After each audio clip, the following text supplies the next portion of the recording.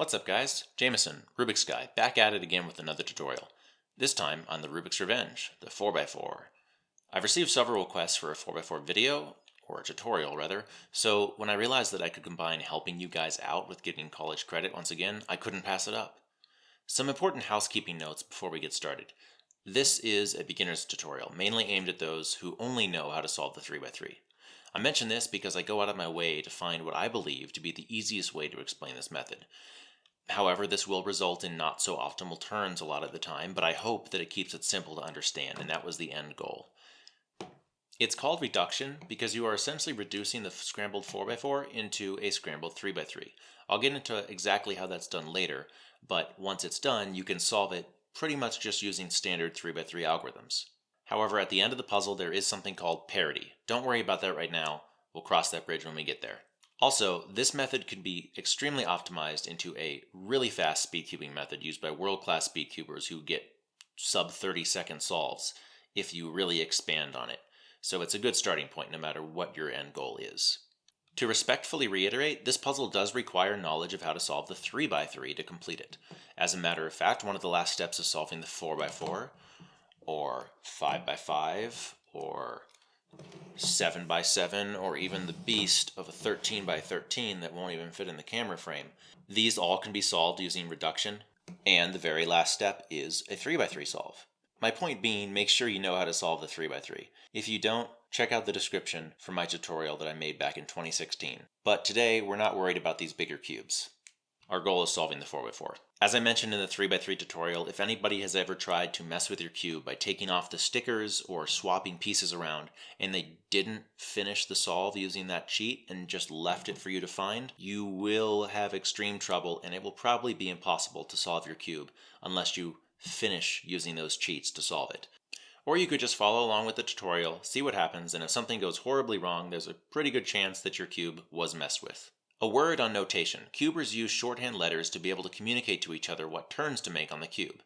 In my 3x3 tutorial, I've already gone over the main 6 turns. Right, left, up, down, front, and back.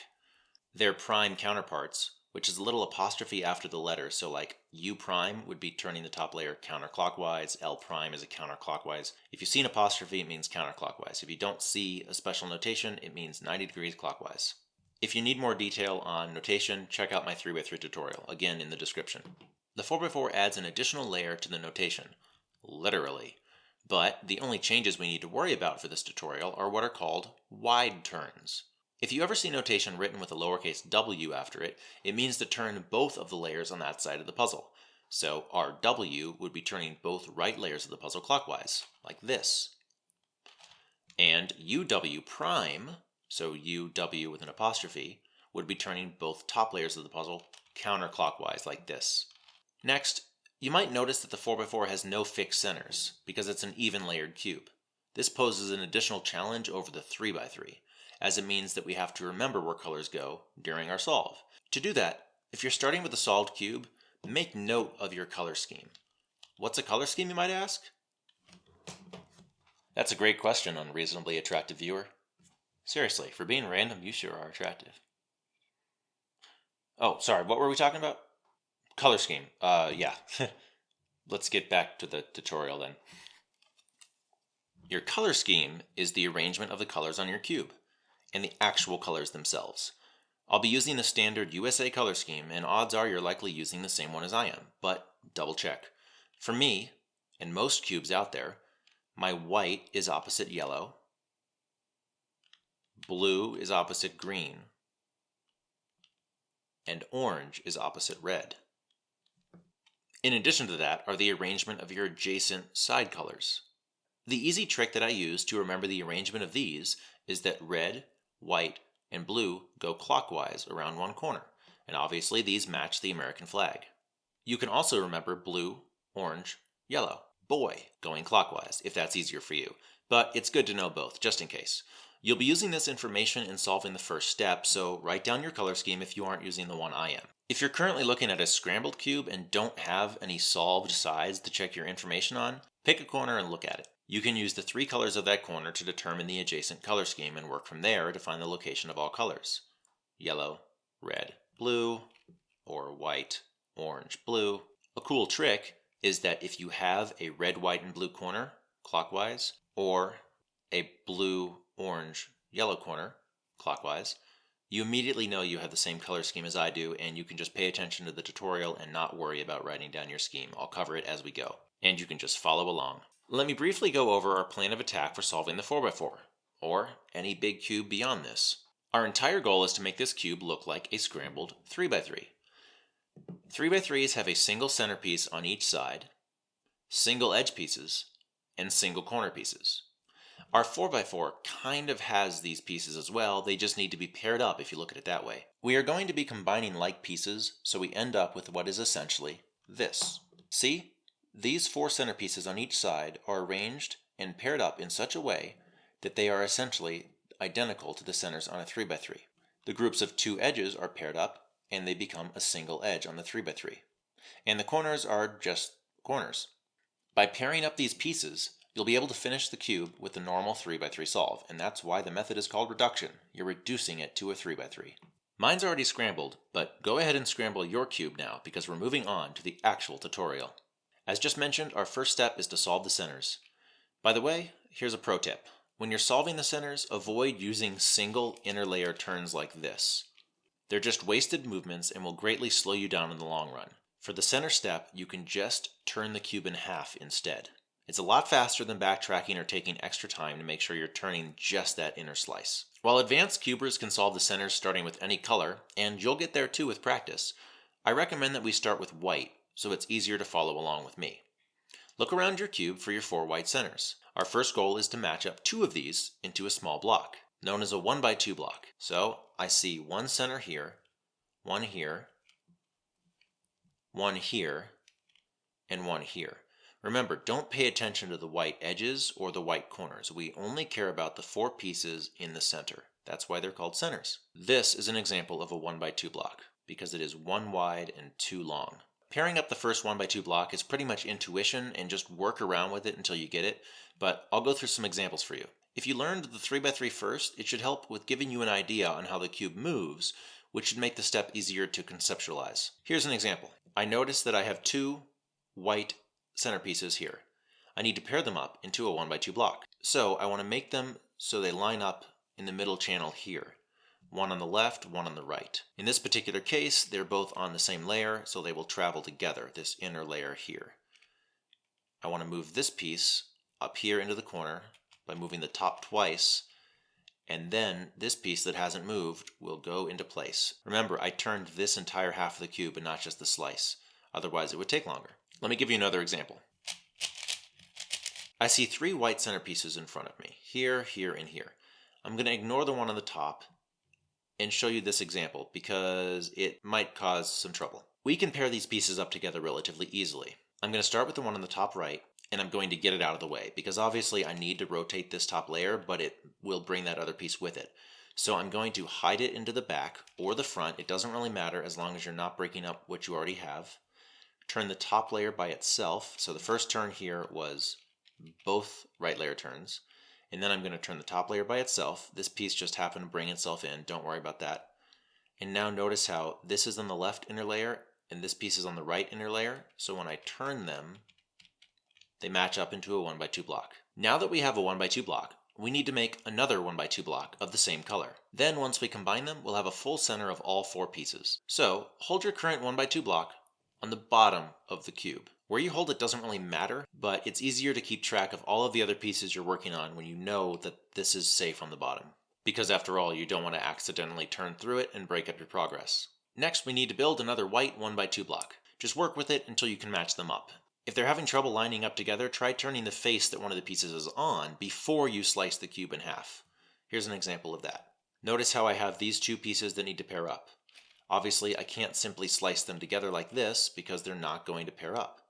So I'm going to turn this top layer so now they line up together. Here's another example. Say I have these 2 white centerpieces, and this works for your first 1x2 block or any center pairing. Just follow along. Notice how They are on alternating inner layers, so they can match up, but if I simply just turn the top half of the cube, I'm getting that diagonal pattern again. So what I mean by turn the face is I can either turn this face to rotate it in, so then when I slice it pairs up, or I could leave that there and rotate this face, so now when I slice like this, it pairs up. In that particular case, I didn't mess up the white 1x2 block on the bottom. If I had, say I just paired it up, all I need to do is restore that block and move on. Once you have your two 1x2 blocks solved, rotate the faces they're on until you can match them up by slicing vertically. I'm going to hold one in the top and one in the front. Rotate this face, so when I do this RW turn, I'm just turning the right half of the cube up. Notice how they pair up.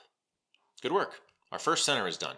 Next, we're going to solve the opposite color. So flip your cube over so the white center you just completed is safe on the bottom of the cube. Now it's out of the way and we can work on the next center. Look at your color scheme notes from the beginning of the video. What color was opposite white on your cube from its solved state?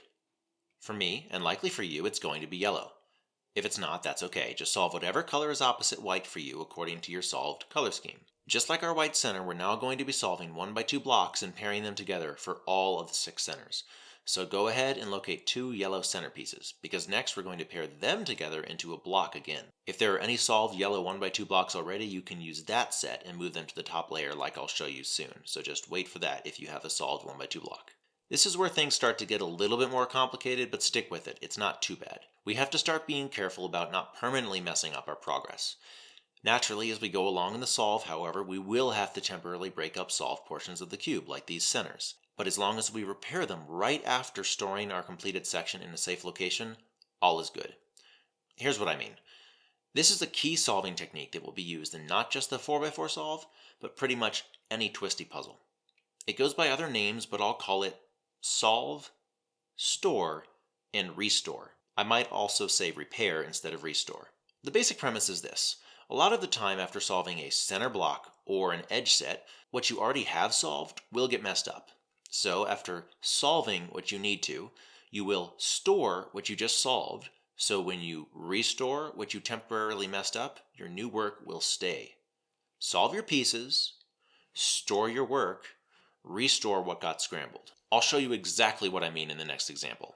For the most part, during this next center, I'm going to try to be solving them in the middle layer, simply because there are 4 possible places, and I know any middle layer turns I do will not affect the solved white. I will of course have to interact with this top layer at some point. So to get started with solve, store, and restore, this inner set of 2 horizontal layers is going to be our working area, where we pair up centers, in most cases. Pairing up a center would be the solve step, so once I rotate this over here, I have solved this 1x2 block. We need to insert it into the top layer. However, if we do so, our white will come out. So that's where the store step comes into place. Even though white's coming out, I'm going to move it into the top layer by turning the right half of the cube, and now it's solved, but we have to fix the white. So we are going to store the yellow pair to the side, so it's no longer affected by this rotation when we repair or restore the white center. This yellow block has now been solved, the white is still in place, and that's pretty much the premise you'll be using for solving the first 6 centers. Don't worry, I'm not going to leave you there. Let's walk through some more. Now we need to solve our second 1x2 yellow block. I have a yellow center here. I'm keeping white on the bottom as I rotate the cube. And I have a yellow center here. So I'm going to get them onto alternating layers like this, so when I slice together, they don't interact with each other. If they were on the same layer, they would move together, and we don't want that. So they're on alternating layers, and I slice. Oh, I need to turn that once more. Now they've paired together. Because I'm moving the middle layers horizontally, I don't have to worry about messing up the white or the yellow. Now I have this yellow 1x2 block. We're going to use the same solve, store, and restore method to place this pair and not mess up our whites. We're going to hold the solved yellow block on the front of the cube. So if it's on the right, for example, just turn the cube so it's on the front. Because we already have this yellow center in place, watch what happens if we try to solve this block. Solve it, store it, restore it. It's an endless loop. You will never get both solved. So we have to do something unique. We are going to turn the top layer twice, so this block will push through the solved one, like this, That one's in the back. The white's here. That's our solve step. Now we need to store it to the side so when we restore, our yellow comes back in place and we have our full block. And the white hasn't been touched. There's an interesting example that can happen though, and I'll show you that right now. After you've solved one of your bars, you might end up with this case, where you have a lone yellow center on top that belongs with one in the middle layer. So, how do you fix that? Just pretend like you have an extra solved 1x2 block and insert that exactly as you have before, but use it to pull out this extra piece. So I'm just going to go ahead and pretend that this block right here is a solved yellow block. I don't want to use my actual piece because I'm trying to get them out into the middle layer. So rotate the top layer around. I'm going to be moving this 1x2 block, the imaginary yellow block, into place. Rotate the top layer twice and pull it out. Notice I'm going through the solved yellow 1x2 block. So the only thing I pull out is this single yellow piece that needs to hit the middle layer. Just by chance we've paired these up, but if they hadn't, pair them up in the middle ring, the middle band of layers, just like you would normally. Then I'm going to hold them so I can line them up like this, push through just like before, solve, store, restore. Yellow center solved, white center solved.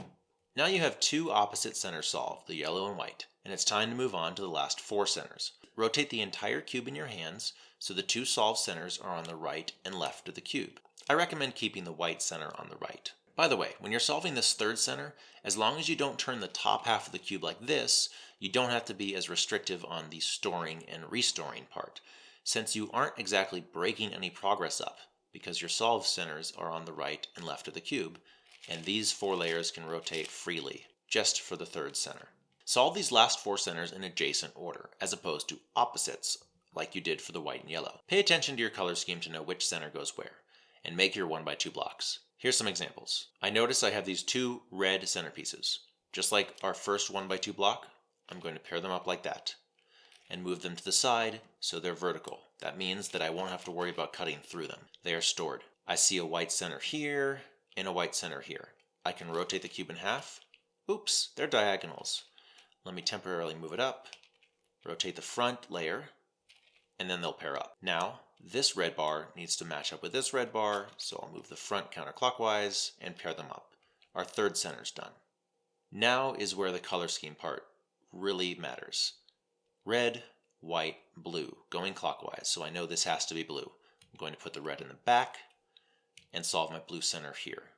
I see a blue centerpiece here and another blue centerpiece here. I can rotate the front layer and match them up.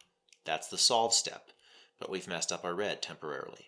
I'm going to store it to the right side, and I do that for two reasons. One, I get it out of the track of red, but if I had stored it on the left and restored red, the blue would come out. So I'm going to store it on the right side of the cube. Red is still intact now. I'm looking for the other 1x2 bar of blue. Happens to be on the bottom, and it happens to already be solved.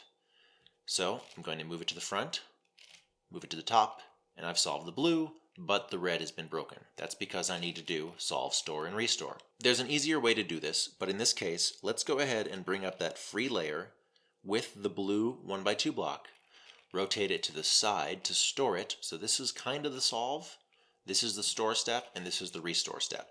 Our red is still intact, this blue bar is closer to being solved. Next, just like our very first example, I'm going to push this solved blue bar, because I already have one on top, I can't just solve it. I have to solve it, store it to the side, so when I restore, I didn't lose my progress on the red and the blue solved. Now, last two centers. Remember your color scheme, and remember which center goes where. As you move on to these last two centers, realize that you really only need to solve one of them. Since all of the other centers should be solved, there isn't anywhere else for the last center to go, except in its solved location. To do this, make bars just like before, just realize that your turning will be limited to 90-degree turns, like this. The front and the top face can, of course, rotate freely. You just don't want to do double turns of the right or left half, because then you'll be bringing up blocks, and you want to limit your blocks like that. In this particular case, I see a little L shape here and an L shape here. The orange center is more solved on this side, but I'm going to check my color scheme to make sure that's where it goes. Red is on the bottom, orange is opposite red, that means orange has to go on top. To double check, Green is here, opposite blue. That's good. In this particular case, I'm going to try to make another 1x2 block. I notice I already have a 1x2 block solved, so I'm going to try not to disturb that. I see I have these two centerpieces lined up in such a way that if I slice the left half down, they'll pair up. Say for example, this centerpiece was down here or over here. It doesn't work the same way. So just rotate your front layer before you slice the cube so you get a match. Then the blue is here. I have solved this. I'm going to store it into its layer that will come back up with the blue center to solve. Let me give you another example. In this case, obviously we have two 1x2 blocks already. This is rather simple. Line them up so they're on the same side as each other. We're going to make sure that we keep our color scheme intact. I'm not going to be solving green on this side because the blue's back there. I'm going to be solving orange. Push through, solve, store, restore. Here's an interesting example. All the centers are solved. The last two just happen to be solved, but the color scheme is not correct because green and blue are supposed to be opposites, not adjacent. If I kept solving the cube like this, I would encounter a problem down the road that we want to fix right now. Even though these two centers are solved, they're not in the right place, so I'm going to break them up. I'm going to bring one block of the last two centers to the top layer. This is a solve step because remember, this is the permanent location. Store it out of the way of the layer turn that I just made, and turn back for a restore. Now this orange 1x2 block is in place because orange is opposite red, and we have to solve the other one. Solve through that orange block, store, restore. You might encounter a case like this. It's all about making 1x2 blocks, so I believe that you can figure this out, but just in case, I need to get these on opposite layers so they can pair up into a 1x2 block. We've got quite the cluster of centerpieces going on here, but I'm just going to do a slice and see what happens. It didn't pair up, so I have to rotate one of these faces so it does pair up. I have solved it. I'm going to store it out of the way. I could store it on either side, but I might as well store it on the left side so when I restore and repair, it's still solved. That brings you back to this case, pair up the block, and solve it. That should do it. Double check that all of your centers are solved and that your color scheme is still intact. For me, I have white opposite yellow, orange opposite red, and green opposite blue, with red, white, and blue going clockwise, so I'm good. Once you've finished this step, I recommend scrambling your cube and practicing just this step until you feel confident in yourself that you can solve it from any scramble. It's time to move on to the first 8 edges. Once you're done with that, we need to move on to pairing the edges. After we're done with that step, our cube will look like this, and we can move on to a 3x3 solve. But we got to pair those edges first. Congrats on solving your centers. Now each of the solved centers on your 4x4 can be treated as one individual center on a 3x3. So long as you only turn the outer layers, we will never have our centers mess up. But we still need to pair up those edges. That's what we're going to do in this step. Naturally, we'll have to temporarily break up the centers we solved in order to pair up those edges. But as long as we stick to the solve, store, and restore technique, it'll work out. It's a little different than with the centers, but I'll explain that when we get there. By the way, here's a quick note. For this entire edge pairing step, when I mention a middle layer band, I'm referring to these 2 horizontal middle layers. This is where our edge pairing will be taking place. Our general plan of attack is to pair up an edge pair in the middle layers, this middle layer band, and store them in the top and bottom layers as we go so they're safe from any other turns that we'll be making in pairing up more centers. We will know that we're done with this step when we have 4 completed edges paired up in the top and the bottom slots of the cube. 4 on top, 4 on bottom. Because of that, it's important to keep your white and yellow centers on the top and bottom, so we can keep track of our top and bottom layers, and we won't accidentally get solved edge pairs in our working band. This step might be a little hard to wrap your mind around at first. It was difficult for me, for sure. But this small algorithm that I'll be teaching you, this technique I'm going to teach you, will be used for most of our edge pairing. So that makes it easier because you can apply it multiple times, and you only have to remember one small algorithm. I'll go into more detail now, and we'll talk about the algorithm soon. Remember, our entire goal to solve this cube is to reduce it to a 3x3. We already have our centers made, so the next step is pairing up the edges so they each look and act like a single edge on a 3x3, just like we did with the centers. There are 12 edge pairs in total. In this step, we're going to be solving 8 of them. Before we start, make sure you're holding the white and yellow centers on top and bottom layers of the cube. I'm going to be repeating that a lot because I feel like that's a place where people might mess up, because you get so entranced in solving the cube that you forget, oh, I needed the white and yellow on top and bottom. So don't accidentally rotate the entire cube in such a way that another color center ends up on top. It's okay to do a full cube flip like this, but we'll get into that later. This is done so we don't lose track of our progress storing the edges on those layers, but you'll eventually be able to move away from that restriction as you improve. You'll see what I mean about storing solved edges in a second. Look around the middle layers by rotating the cube like this, keeping white and yellow on top and bottom, of course. We're looking for an edge piece with either white or yellow on it. It doesn't matter which piece you choose, so long as it's an edge that contains white or yellow. Once you locate it, turn the outer layers of your cube so this edge piece is in one of the front slots. Here's an example. I notice that I have this white and orange edge piece, or this white and blue. Here's another white and orange, here's a white and red. It doesn't matter which. I'm going to choose this white and orange edge piece. Rotate the outer layers of the cube so the edge piece is in one of the front slots of the working band, like I just did there. Say I go for this white and blue piece. I could rotate it so it's in the working band like this. This red and white one is here as well, but we're going to stick with that white and orange. Once you have your chosen piece in the working band, we need to find its long-lost brother. So look around the cube for that edge that matches it. In this case, I'm using the white and orange piece, so I'm going to find the other white and orange edge. Every edge piece has a counterpart with identical colors. If we take a look at a solved 4x4, we will see, of course, there are two white and green edges, two white and orange edges. Every edge has a pair, just like every centerpiece has 4 centers of that same color. Our intermediate goal is to place this newly found piece in the middle working band as well, but on the other inner layer so they are staggered in relation to this one edge piece we started with. Therefore, we will be able to slice them together and pair them up. Just like when we were pairing up the center blocks, if the pieces are on the same inner layer, they will move together and they will never pair up. So we want them staggered. This piece is right here, so we need to put the other piece somewhere in this bottom inner layer. In doing so, we also need to make sure that we don't accidentally replace this piece we found, but that's easy. So long as we don't target this occupied edge slot with our next step, we should be fine. I've heard that some of you guys loved my story examples in the 3x3 tutorial, with Mike, my imaginary character, dodging an active geyser to help you remember how to place the corners during one of the final steps. I have something very similar for this tutorial. You may not know it, but each of your big cubes has a very tiny, very hungry little alligator inside of it. My alligator's name is Fred, and he is the algorithm-loving alligator. Fred and I are on a first-name basis because I feed him edge pieces extremely often with all of the solving I do. It's a symbiotic relationship, really. I feed him scrambled edge pieces, and he spits out paired edges right into my storage layers for me. It's great. Let me show you how Fred does his work. First, I'm going to locate that other edge piece. It's right here. White and yellow still on top and bottom. This is my first piece I found in the middle working band. I just need to make sure that I keep track of these pieces. I've done a little bit of manipulation, but don't worry about it. It just makes it easier for me to do the next example. Here's my white and orange edges. During edge pairing, we'll be using one simple algorithm to set up and store edges.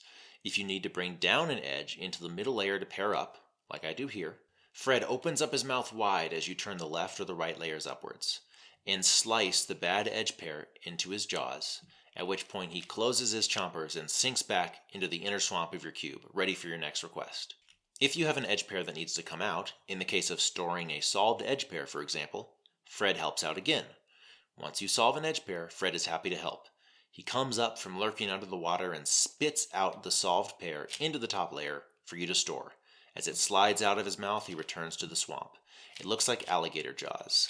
Chomp, chomp. I'll walk you through this in detail very soon. Just know that once you've located your target edge, we're going to be holding both our middle layer edge and our target edge on the front face, one in the middle band and one in the up front slot. The up front slot means the up layer and the front layer, where they meet, this edge pair slot. I'm going to have Fred release my piece temporarily. If you get the two front colors of these pieces to match, we're good. If, however, they don't match, just turn the top layer of the cube in the direction of the middle band edge. So for example here, say I'm holding them like this. Here's my two edges I need to pair up. They don't match on the front face, so I'm going to turn this edge on the top layer towards this other edge. And now they should both be on the front face and matching.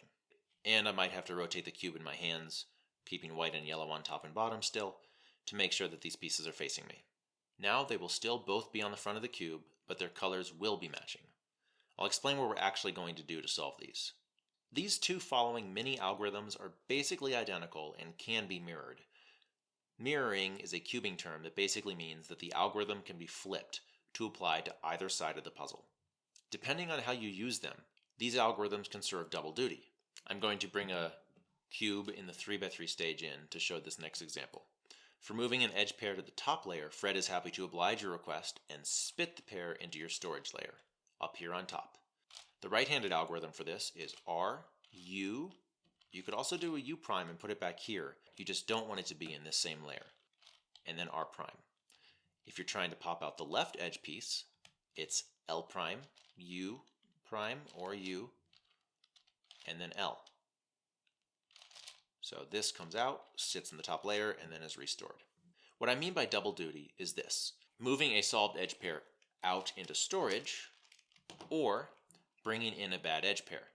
Both of these can be done with this algorithm. In this case, I do want to bring this in to work in the middle band. So, Fred opens his jaws. I turn the left or right layer vertically, whichever one makes more sense.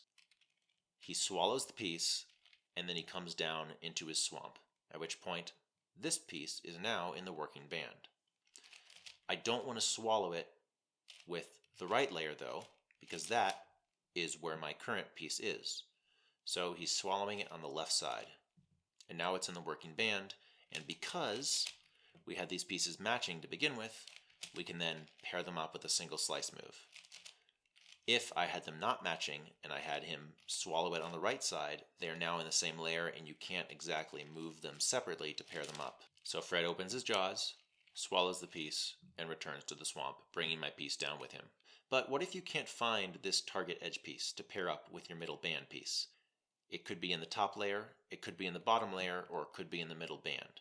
If your piece happens to not be in the middle band, which means it has to be on the top or bottom layer, do this. We want to have it in the top layer so it's easier to work with. If it's already there, as I have here, you're good. I'm going to flip the cube to show this example. If it's in the bottom layer though, all you have to do is flip the cube over, like this, and now it's held in the top layer. Notice how when I did that flip, the white and yellow centers are swapping places, but they're still on the top and bottom of the cube. Say for example though, I had that extra edge piece back there on the bottom of the cube. I recognize it's on the bottom, so I flip the entire cube over, and then I can rotate the top twice so it lines up with my piece, remembering to keep this working band piece in the middle layer on the front of the cube. Once I'm holding my target edge piece on the top, as suggested, then I determine which algorithm I'm going to use and how Fred is going to help me out. Like before, this piece has to go opposite so they can match up in the alternating layers, so Fred is going to come up, open his jaws, grab the piece, and go back down into his swamp. Eventually you'll start understanding how the pieces move, and you can follow it with your eyes. You can see that this will go in, and then it will line up in the bottom layer in preparation for slicing. I'm going to give the cube a brief scramble and show you another possible case. Find a piece to work with that has white or yellow on it. I'm going to go with this one. This is the white-blue. Rotate the cube around and make sure I have yellow on top and bottom. By the way, I only scrambled it using the outer layers so I didn't mess up my centers. I've located a white-blue piece in the middle band here, and now I need to find its friend. We've already covered the top and bottom layers as a location, but I've set this one up so it's not in those locations. It's actually in the middle band. So what do you do if your piece is in the middle band? Well, it turns out Fred is a very capable alligator, and with the same algorithm as before, he can help you pop out this target bad edge from the middle band up into the top layer where it should be for pairing. The top layer is his favorite feeding ground after all. All you need to do, once you've determined that your top edge is in fact in the middle band, which here's my starting edge, here's my target edge, it is in the middle band, I'm going to rotate the entire cube in the palm of my hand. This way, you make sure not to lose the placement of your white and yellow centers like usual, top and bottom, white and yellow. Rotate until the target edge is now facing you. I've got it right here. Depending on the side that the target edge resides, right or left, you'll do Fred's algorithm targeting that side. So in this case, if the target edge is on the right side of the puzzle as I'm holding here, R, U, R prime. I've popped it out and it's in the top layer now. I'm going to undo that. If it's on the left side, I'm going to do the mirror algorithm, which is L prime, U prime, L. Notice how the algorithm pops out the targeted edge and stores it in the top layer. Just make sure you aren't pulling down any solved edges into the middle band when you do this. Our goal, after all, is to fill the top and bottom layers with solved edge pairs. If you end up grabbing a solved edge pair from the top layer, open Fred's jaws again, bring in a bad edge pair instead, and then return him to the swamp. As long as you get your target edge into the top layer, we should be good. I'm going to rotate the cube back. Here is my blue-white. Here is my blue-white. They're both on the front face, but their colors don't match. So I'm going to rotate like this. Now they match. Fred needs to open his jaws on the left side because my working band has the piece on the right. Chomp, swallow, dive back down. Now, these pieces can be paired up with a single slice like this. I have this edge pair solved now, so Fred is going to spit it into the top layer for me. I'm going to bring another pair into his mouth as he spits this one out, and then he's going to return to the swamp. That last turn to restore is important because otherwise our centers will be vertical and we will mess up. Restore, and then I'm going to fix the centers. Okay, 1 of 8 edge pairs down, 7 to go. Make sure your centers are realigned, keeping white and yellow on top, and then we can move on to the next edge pair. This is solved the exact same way. And along the way, the 4 edge slots in your top layer will fill up with completed edges. So, after you restore your centers, flip the cube over like this, and now you have 4 more bad edge pairs to work with, and places to store your solved edge pairs. That way we'll have 8 solved edge pairs stored. 4 on top, 4 on bottom. I'm going to solve these edge pairs now exactly the same way. I notice I have a white and green. Remember, we're solving white and greens. I look, it's not in the top layer. I look, it's not in the bottom layer. It is in the middle layer. It's back here. I'm going to turn the cube, white's still on top. Fred is going to pop it into the top layer, this piece right here. I restored my centers. Rotate it around. I have the match now with my working band edge, and here's my target edge. This edge is on the right. Fred opens up and swallows it on the left. I pair. Centers are offset. Solved edge pairs in the working band. I need Fred to send it to the top layer. Fred opens his jaw, spits it out into the top layer, and this is a bad edge, so I can bring it back down. Restore the centers. Thanks, Fred. Now we have a solved edge pair. Continue. Red, white. I'm going to bring it into the working area. Next, I need to find the target edge. It's down here. I'm going to flip the entire cube over. We have them matched up on the front. Fred swallows it on the left, pairs it up on the right. Fred opens his jaws. I can store the edge pair into the top layer. I'm going to store it in the back this time just because. Restore the centers back to horizontal. Fred is now back in his swamp. And now I restore the centers entirely back to solved. Another edge pair solved. Now I'm going to set it up to show you an interesting example. Here I've solved 6 edge pairs. I've got 3 solved and stored on the top layer, 3 solved and stored on the bottom layer. This is bad, this is good. I've paired up my edge in the working pair. Obviously I will have to restore my centers later. But watch this. I go to store my solved edge. Fred spits it out and brings down a solved edge. This is what I mean by saying you have to be careful to bring out a bad edge pair. Once your top layer starts filling up, this is a problem you can encounter. So when I go to solve this edge pair into the top layer and store it, I need to make sure that I can bring down a bad edge pair. Just like we did solving the center 1x2 blocks, because I'm limited on my working space here, I'm going to solve it, pushing through another solved pair. In this case, this is a bad pair. If I push through, I'll be getting nothing but solved pairs. So I'm going to swipe over, then have Fred come up, spit out the pair, and bring down a bad pair. Now my top layer is all solved, restore my centers. And then I have to look on the bottom layer. I've set this one up the same way. 3 solved, 1 bad. I happen to have a solved edge pair here as well. Funnel through a good pair, pull out a bad pair, this one right here, and then restore the centers. Now my entire top and bottom layers are full of solved edge pairs. As you solve, you might also find that you have some edges already completed by chance. If that's the case, and they're in the top or bottom layer, you got lucky. That's a free edge pair. If your free solved pair is in the middle band, like this, pretend like you did all that work by yourself and be proud. Store it in the top layer just like you have with pairs made in the past using Fred, the algorithm-loving alligator's help once again. Perhaps you're not a fan of alligators though. I mean, I'm not sure what Fred ever did to hurt your feelings, but you might simply prefer the solve, store, and restore memorization technique from when we solved the centers. This can also be applied during edge pairing instead of using Fred the alligator. Poor guy. But they both do the same thing. It just depends on which makes more sense to you, and how much you mind bad swampy breath stinking up your cube. Ew. To solve this edge step with that memorization model, think of it like this. You solve the paired edge into the top layer with a single L' or R move, store them to the side, and bring a bad edge pair down into the working band on your restore turn. Using that information, you should be able to fill up your top and bottom layers with 4 solved edge pairs. Once we have all 4 solved edge pairs for white and all 4 for yellow, we finish the step. Make sure to realign your centers if they're twisted out of alignment. Just turn the cube in half like this. Yellow and white are still on the top and bottom. Double check that all 4 of your edge slots on your top and bottom layers are filled with completed edges. They should be. If not, check if you actually solved all 8 of them, or maybe one is still hanging out in your working layer and needs to be stored in the top layer. Finish that up, and then we can move on. And our 6 centers should still be solved with the correct color scheme. Next, we need to solve the remaining 4 edge pairs, all of which are in this middle band right now. This step is aptly named the last 4 edges. Now we're on the last 4 edges step. Real quick, check to see if you have any of your last 4 edge sets already paired.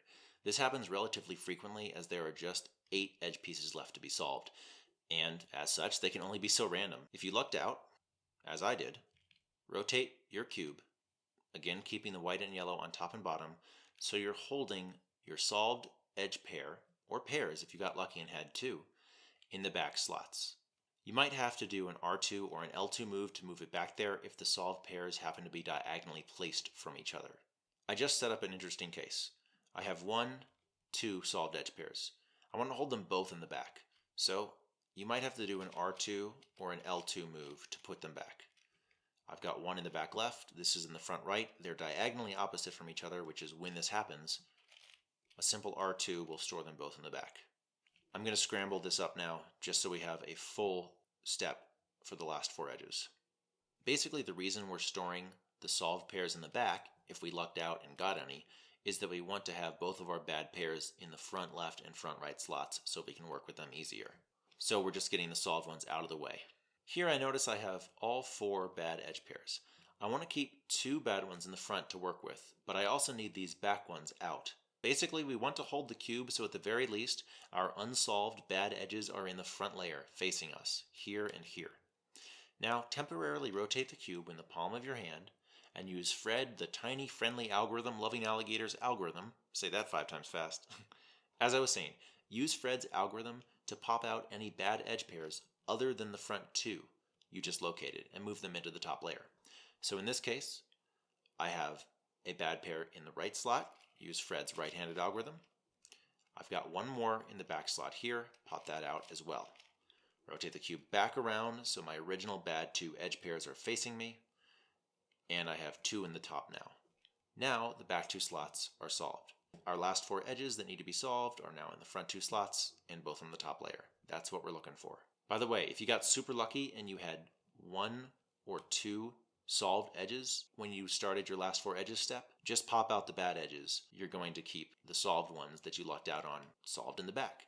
Again, hold your cube so the front face has those 2 bad edge pairs like I have here, and the top layer has any bad edge pairs left over. Continue solving the next pair or 2 just like you did with Fred, or the solve, store, restore method if you and Fred still aren't seeing eye to double eyelided eye. They're both the same after all. If you need to flip an edge pair in place, pop it into the top layer using Fred's algorithm, move it to the side, back over the original layer you turned up, move the front face clockwise in this particular case so we can move the bad edge pair in place. Notice how it's still there, it's just flipped. That will flip the front right edge pair.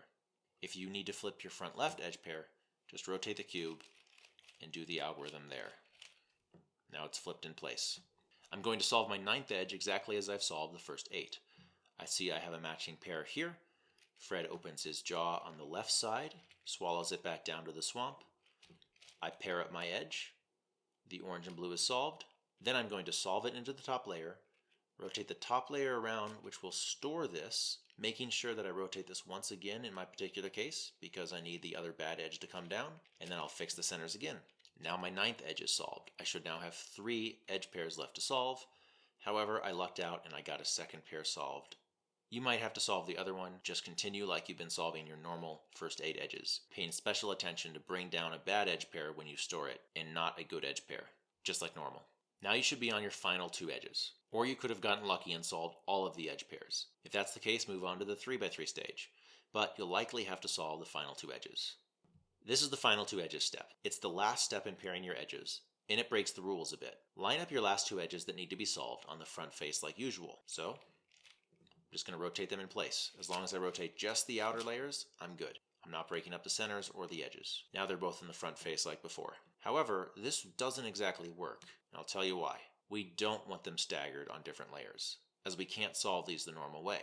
This is because we don't have a third bad edge pair to swap with once we're on the last 2 edges. Normally, you'd pair them up and you'd pop them out for a bad pair, but we have no other bad pairs. These are the last 2 we're working with. But the solution is pretty simple, so don't worry too much. We do still want them on the front face in the right and left slots. If your final 2 edge pairs are staggered, as we don't want them to be, simply flip one edge pair in place. I'll go over the algorithm again, but it's the same one that I mentioned a little bit ago. It will pop out the bad edge in the front right slot and reinsert it upside down.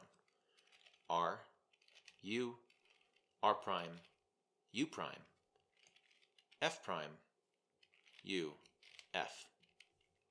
Now they should be set up so both of the last 2 edges are staring at you with their matching colors on the same inner layer.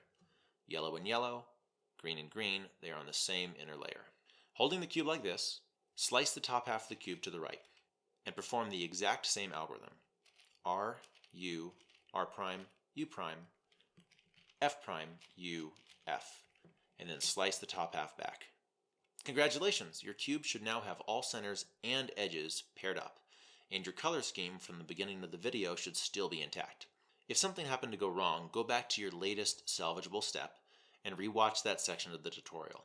We must have all centers and edges paired up and in the correct color scheme to continue. We're now going to be solving the cube like a 3x3. You got this. The 3x3 stage. One important note, when solving the 3x3 stage, don't turn the cube in half. So long as you only rotate the outer layers, or technically both inner layers together, like this, you shouldn't accidentally lose your progress. If the centers or edge pairs break, that's when you know you messed up. Whether you use a 3x3 beginner's method, or CFOP, which is an advanced speed cubing method like I personally use, solve this step like you solve a normal 3x3. If you're using a 3x3 method that isn't as widespread like Ru or Petrus, I won't know exactly how to guide you through recognizing when you have parity, but I'm sure it'll become obvious to you when your cube won't solve like normal. If you don't know how to solve a 3x3 at all, refer to the link in this video's description for my beginner's tutorial on the 3x3. However, if you got this far into the 4x4 tutorial without knowing anything about a 3x3, mad props to you. Seriously, you're a special breed and you won't have any trouble picking up the standard Rubik's Cube. But 3x3 solving knowledge is required to complete the 4x4 at this point. Because all of our centers and edges are paired up, and our color scheme is still correct, red, white, and blue clockwise, we're going to solve the reduced 4x4 exactly like a 3x3. If you're using the beginner's method and you finish your F2L, that's when the problem might arise. Solve up to your F2L and come back, because that's where the fun can start. Once you've solved the first 2 layers of the 3x3 step on the 4x4 cube, I guess technically it would be the first 3 layers because it's a 4-layered puzzle, this is where things can get a little bit more complicated with something called parity. Because of how this puzzle works, it's possible to get an arrangement of pieces in the last layer that would normally be impossible to solve on a 3x3, like somehow needing to flip a single edge piece in place, swap only 2 corners, or swap just 2 completed edge pieces with each other. You'll remember back to the 3x3 tutorial that these would normally mean that someone messed with your cube by disassembling it, or swapping stickers haphazardly and not finishing the job. However, on the 4x4, situations like these are regular occurrences and can actually be solved. We will need 2 new algorithms to solve these, and one is definitely harder than the other. Assuming your color scheme was solved correctly early on, everything should go smoothly up until your 3x3 last layer step. In fact, you might not even notice any problems right away. Keep an eye out for these situations that require parity to solve. I'll cover them deeper, including the actual algorithms on screen after I explain a bit more. I brought an extra cube in, and I'm going to get rid of the one that doesn't have parity right now. There are two types of parity we can encounter. OLL parity, which occurs in roughly 25% of the solves during the orientation of the last layer step, and PLL parity, which happens during the permutation step, also in roughly 25% of solves. So, every 1 out of 4 solves, you might get lucky and have no parity at all in your 3x3 stage.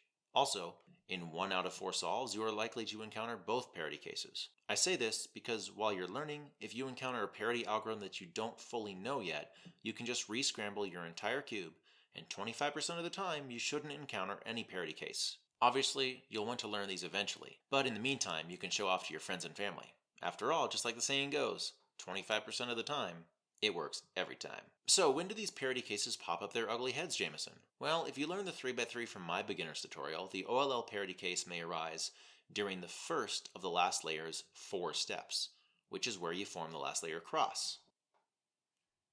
Also from my beginner's tutorial, the PLL parity can arise during the second to last step, step 3 of 4 of the last layer, in which you permute, meaning place, these corners into their correct spots. This is the fan favorite step where Mike dodges geysers. If you use the CFOP method, like I do in my speed solves, you'll notice OLL parity when you get to the OLL step, and it isn't one of the possible 57 cases. If you're using the beginner's method and attempt to solve the cross on the last layer, you might see something peculiar. If you happen to have exactly 1 cross edge flipped or 3 cross edges flipped, you have OLL parity. Remember from the 3x3 tutorial that this is an impossible case on a 3x3. On a 4x4, however, it can be solved. Hold an edge that needs to be flipped in the front up position. Make sure once again that the yellow side is on the top before performing this algorithm. And remember that a W signifies a wide layer turn, meaning to turn the middle layer closest to your main turning layer as well. So a UW would be turning the top half of the cube clockwise, 90 degrees, like that. Make sure you take this algorithm slow so you perform it correctly. If not, it's one of the fastest ways to reset your solve back to square one. This cube will look really messed up during this algorithm, but don't fret. So long as you perform it correctly, it'll resolve itself.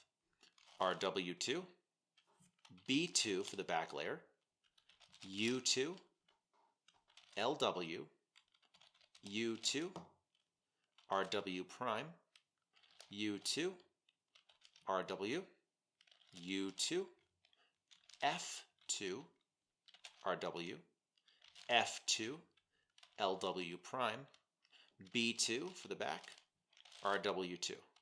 That flips the edge pair that's facing you. If you're having trouble memorizing that algorithm, it's not just you.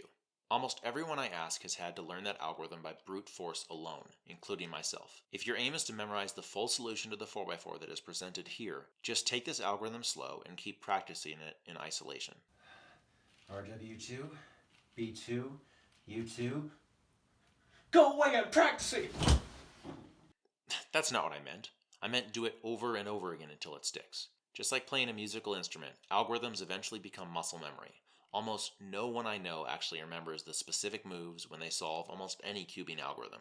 It's just repetition until it's ingrained into your fingers. Figuratively speaking, of course, because that sounds painful.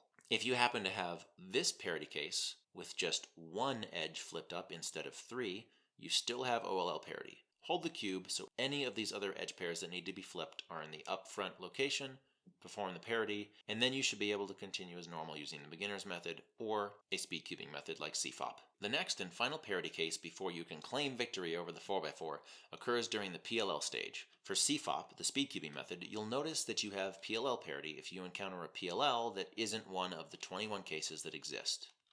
This kind of looks like a G perm or an R perm, but it isn't either. So I know I have PLL parity. Hold the cube so yellow is on top, and perform the upcoming algorithm to swap the front and back edge pairs. Beyond having yellow on top, for the extent of this tutorial, it doesn't exactly matter how you hold it. If you're using my beginner's method for the 3x3, and you go to permute, which means place, the last layer corners into their respective spots, but you notice that they just won't solve, you likely have PLL parity. Remember, this is the step where Mike dodges the geysers, the fun story I made up in my 3x3 beginner's tutorial. It is the third of the 4 steps in solving the last layer. I'll show you how you can recognize this PLL parity if you're using my beginner's tutorial. If you go to permute, you'll be able to tell that you have PLL parity if you have exactly two corners that need to swap with each other and nothing else. In this case, this corner is in the correct slot, this corner is not, this corner is, and this corner is not. During the 3x3 beginners tutorial, you will only be able to cycle 3 corners at a time using the Mike Geyser technique, so this is an impossible case on a 3x3. That means PLL parity, permutation of the last layer parity. This algorithm will swap the front up and back up edge pairs. It also works if you have 2 corners that need to swap, as I was just suggesting. If you have that case, just trust me and perform it with the yellow side on top as well. I'm going to grab a cube that has this case set up specifically. Notice how this pair and this pair need to swap with each other and absolutely everything else is solved. So to swap the front up and the back up pairs, do this PLL parity. After I do the algorithm, I'll show you a shortcut. This one is a lot easier to remember than the OLL parity. RW2, R2, U2. RW2, R2, UW2, RW2, R2, UW2, U2. I'm going to set that back up and show you the shortcut. You can also perform this algorithm with just the inner slices. So instead of doing RW2, R2, notice how that only rotates the inner slice. I can just slice the inner twice. U2, slice the inner twice. UW2, slice the inner twice, and then slice that horizontal inner twice. That's kind of an advanced method. Here's how I personally do it, but you don't have to worry about that when you're just learning the algorithm. After performing the PLL parity, everything should be able to be solved as normal, so continue through the solve. If you were using the beginner's method that I taught for the 3x3, and your solve ended up requiring that PLL parity, after you perform it, you'll still be on your last layer, but only your cross will be solved. Continue as normal, parity free. We're done. Congratulations. I tried my best how to explain the 4x4 using the popular method known as reduction. In fact, this script took me probably 10 hours to write in its entirety, as I had multiple trains of thought going that I had to merge that didn't quite intersect to begin with. As such, I apologize if this tutorial is more scattered than the 3x3 one I made in 2016. I wanted to try to explain the method using as few algorithms as possible, and put what I've been doing for years and have taken for granted into a deliverable video that makes sense. Hopefully. So, I thank you so much for your attention. Now, I need to film and edit this. Obviously, I'm filming this right now. The amazing thing about this method is its expandability. It's used by world-class speed cubers and has so much potential if you care to dig deeper than I went in this video. For example, there is so much optimization that can be done to center pairing. However, arguably the biggest change separating beginners from the world class that can solve the 4x4 cube in under 30 seconds is the edge pairing step. I taught you how to solve one edge pair at a time and store it in the top layer. Using advanced techniques that you can find here on other YouTube cubers channels, you can learn to pair up edges in groups of 2, 4, or even 6 edges at a time, rather than one by one. There's even other methods like Yao and Hoya that can offer even greater rewards if optimized, because they merge the 3x3 step into the middle of the 4x4 steps we've done here, along with multiple simultaneous edge pairing. Truly, you can take this hobby of cubing as far as you wish. Thanks for watching. Jameson, Rubiksguy, and Fred, the friendly alligator-loving alligator, out. All the cubes.